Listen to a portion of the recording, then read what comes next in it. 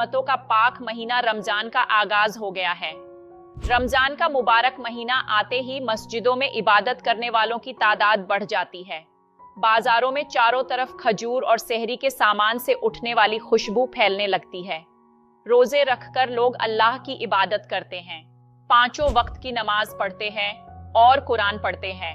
इस पाक मौके पर आपको बताते हैं कि रोजा किसे रखना चाहिए, रोजा रखने के नियम क्या होते हैं और क्या सिर्फ भूखा प्यासा रहना ही रोजा है। मुसलमान भाई बहनों के लिए माह रमजान का महीना बहुत ज्यादा अहमियत रखता है। इस्लामिक मान्यता है कि मुस्लिमों का पवित्र किताब कुरान इसी महीने नाजिल यानी कि अवतरित हुई थी, इसलिए इसे बरकत, माफी और रिहाई का महीना भी कहा जाता है। रोजा इस्लाम के 5 फर्ज यानी मूल स्तंभों में शामिल है। रमजान में दुनिया भर के मुस्लिम धर्म के लोग सूरज निकलने से पहले और सूरज डूबने तक भूखे प्यासे रहते हैं।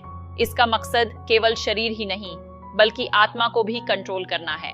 रोजे के दौरान इंसान भूख और प्यास को महसूस कर जरूरतमंदों के दर्द को समझने की कोशिश करता है। रोजा रखने वालों को रोजेदार कहा जाता है। अब बात करते हैं कि रोजा किसे रखना चाहिए।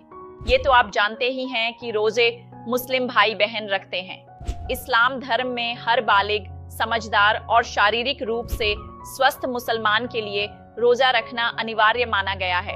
हालांकि कुछ लोगों के लिए इसमें छूट दी गई है, जैसे रोगी, बीमार, गर्भवती महिलाएं, स्तनपान कराने वाली माताओं को रोजा छोड़ने की इजाजत दी गई है। इसके अलावा यात्रा कर रहे लोग और मासिक धर्म के दौरान महिलाएं भी रोजा छोड़ सकती हैं। इस्लाम में छोड़े गए रोजों की बाद में भरपाई के भी कुछ खास नियम बनाए गए हैं। क्या होता है रोजे का समय? रमजान के महीने में रोजा सुबह फज्र की नमाज से पहले सहरी से शुरू होता है और सूर्यास्त के समय इफ्तार के साथ समाप्त होता है। सहरी और इफ्तार रोजेदारों के लिए 2 ऐसे समय हैं जब उन्हें कुछ खाने की छूट होती है।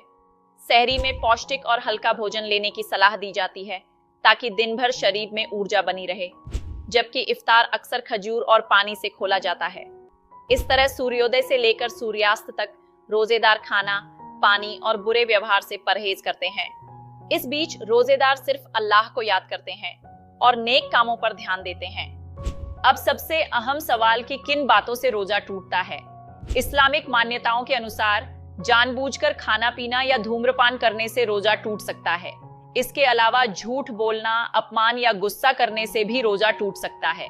जो लोग अपने शब्दों के बाण से दूसरों के मन को ठेस पहुंचाते हैं, उन्हें भी इसका विशेष ख्याल रखना चाहिए।